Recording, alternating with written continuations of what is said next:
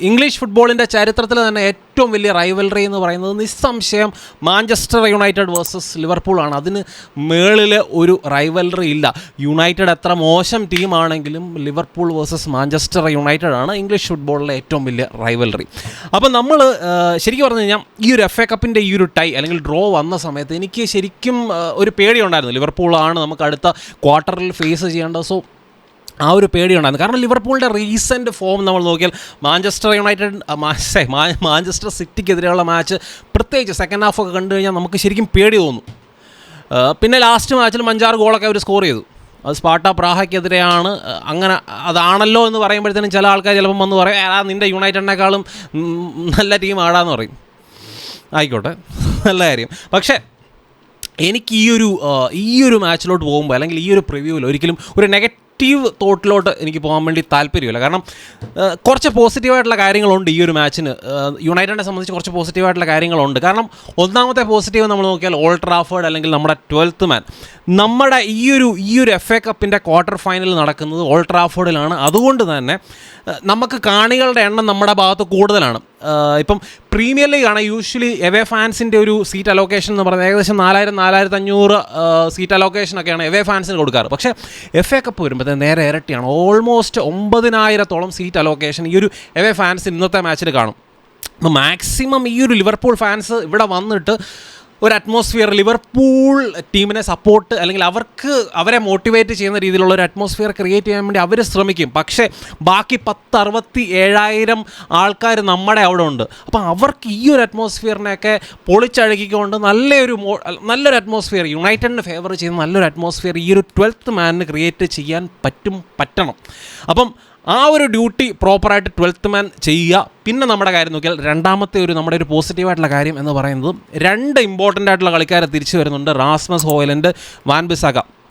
Rasmus Hojlund വരുമ്പോൾ നമുക്ക് ആ ഒരു പ്രോപ്പർ ഒരു സ്ട്രൈക്കർ പോലും ഇല്ലാതാണ് നമ്മൾ കഴിഞ്ഞ കുറച്ച് മാച്ചസൊക്കെ കളിച്ചുകൊണ്ടിരുന്നത്. അപ്പോൾ പ്രോപ്പർ സ്ട്രൈക്കർ വരുന്നു, ബോൾ ഹോൾഡ് ചെയ്യാനോ അല്ലെങ്കിൽ ഫൈനൽ തേർഡിൽ ലിങ്കപ്പ് ചെയ്യാനോ ലേ ഓഫ് പാസ് കൊടുക്കാനോ അത്രയ്ക്കും കേപ്പബിളായിട്ടുള്ളൊരു സ്ട്രൈക്കർ വരുന്നു. സ്വന്തമായിട്ട് ഗോൾ സ്കോർ ചെയ്യാനും ഒക്കെ കേപ്പബിളായിട്ടുള്ളൊരു സ്ട്രൈക്കർ വരുന്നു.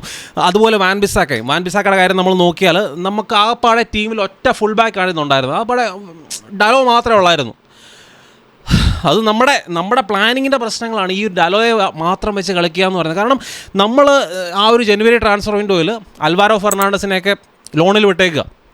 ശരിക്കും പറഞ്ഞാൽ ഈ ലൂക്ക് ഷോയുടെയും മലാസിയുടെയൊക്കെ മെഡിക്കൽ കണ്ടീഷൻ അല്ലെങ്കിൽ അവരുടെ ഒരു ബോഡിയുടെ കണ്ടീഷനൊക്കെ വ്യക്തമായിട്ടൊരു ധാരണ ഉണ്ടെങ്കിൽ ഒരിക്കലും നമ്മൾ അവരെ ലോണിൽ വിടത്തില്ല. അല്ലെങ്കിൽ ഇവിടെ ഉണ്ടായിരുന്ന ടോട്ടൻഹാമിൻ്റെ ആ ഒരു പ്ലെയർ ഉണ്ടല്ലോ, ആ പ്ലെയറിനെയും അവരുടെ ലോൺ ക്യാൻസൽ ചെയ്ത് തിരിച്ചു വിടത്തില്ലായിരുന്നു. അപ്പം ഇങ്ങനത്തെ ഒരു പ്രോപ്പർ പ്ലാനിങ്ങിൻ്റെ ഒരു കുറവ് യുണൈറ്റഡിലുണ്ട്.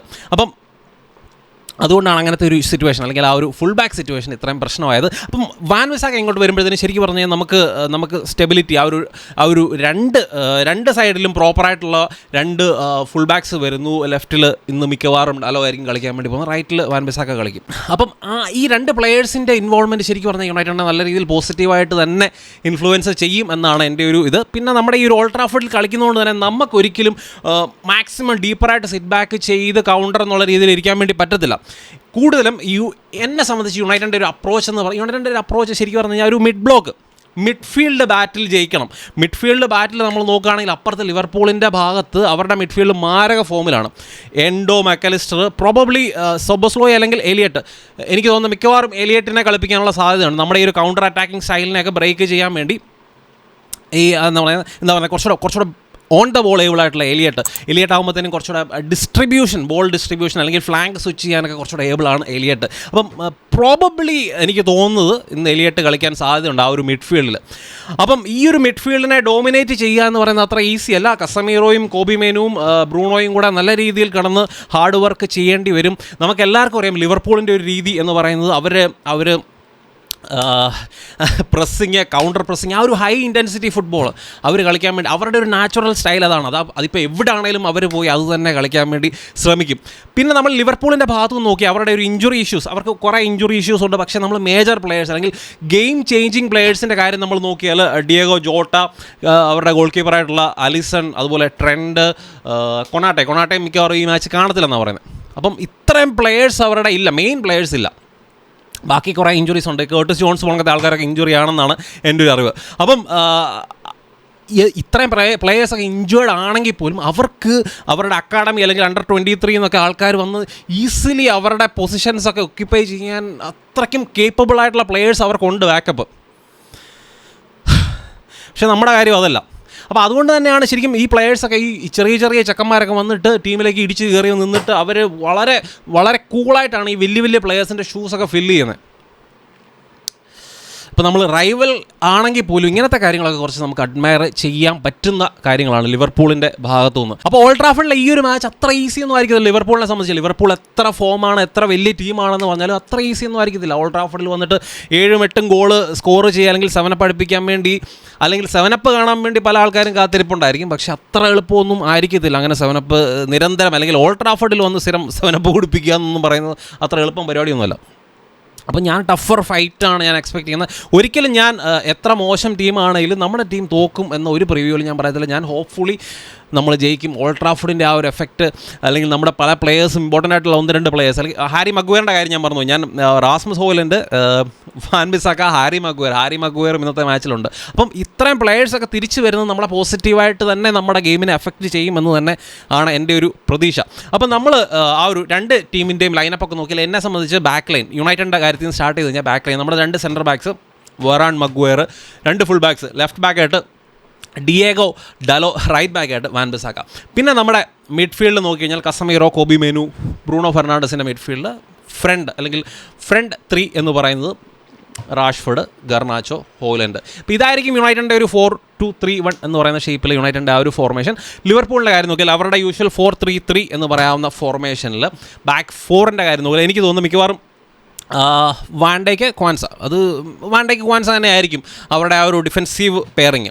പിന്നെ 2 ഫുൾ ബാക്സിൻ്റെ കാര്യം നോക്കിയാൽ പ്രോബബ്ലി ഡിഫെൻസീവ് സ്റ്റെബിലിറ്റിക്ക് വേണ്ടി മിക്കവാറും ക്ലോപ്പ് ജോ ഗോമസിനെ ആ ഒരു ലെഫ്റ്റ് ബാക്കായിട്ട് കൊണ്ടുവരും, റൈറ്റ് ബാക്കായിട്ട് കൊണോർ ബ്രാഡ്ലി കളിക്കും എന്നാണ് എനിക്ക് തോന്നുന്നത്. പിന്നെ അവരുടെ മിഡ്ഫീൽഡ് നോക്കിയാൽ എൻഡോ, സോബോസ്ലോയ്, അതുപോലെ തന്നെ ഹാർവി എലിയറ്റ് ആയിരിക്കും ഇന്നത്തെ മാച്ചിൽ കളിക്കാൻ വന്നത്. പ്രോബബ്ലി സോബോസ്ലോയ് ഒരു സബ്ബായിട്ടായിരിക്കും കൊണ്ടുവരാൻ വേണ്ടി. അപ്പോൾ സോബോസ്ലോയ് ആണെങ്കിൽ കുറച്ചുകൂടെ ആ ഒരു മിഡ്ഫീൽഡ് ഇൻറ്റൻസിറ്റി, ആ ഒരു പ്രസ്സിങ്ങും ഹാർഡ് വർക്ക് ചെയ്യും, ഡിഫെൻസീവിലുള്ള ഹാർഡ് വർക്ക് എക്സ്ട്രാ കിട്ടും. പക്ഷേ എനിക്ക് തോന്നുന്നു ഇന്നത്തെ മാച്ചിൽ ഓൺ ദ ബോൾ ബെറ്റർ ആയിട്ടുള്ള ഹാർവി എലിയറ്റിനെ പരീക്ഷിക്കാനാണ് സാധ്യത എന്നാണ് എൻ്റെ മനസ്സ് പറയുന്നത്. പിന്നെ നമ്മൾ ഈ ഒരു ലിവർപൂളിൻ്റെ ഫ്രണ്ട് 3 കാര്യം നോക്കിയാൽ ലെഫ്റ്റ് സൈഡിൽ ലൂയിസ് ഡിയാസ്, സ്ട്രൈക്കറായിട്ട് ഡാർവിൻ നൂനസ്, റൈറ്റ് വിങ്ങിൽ മുഹമ്മദ് സലയാണ് അവരുടെ ഏറ്റവും വലിയൊരു അറ്റാക്കിംഗ് ത്രെട്ട്. ഞാനും ഏറ്റവും കൂടുതൽ പേടിക്കുന്ന ഒരു പ്ലെയർ എന്ന് പറയുന്നത് മുഹമ്മദ് സലയാണ്. ആ ഒരു നമ്മുടെ ലെഫ്റ്റ് സൈഡിൽ ഡലോ ആയിരിക്കും. ഡലോയ്ക്ക് നല്ല രീതിയിൽ വർക്ക് ചെയ്യേണ്ടി വരും ഡിഫെൻസീവ്ലി.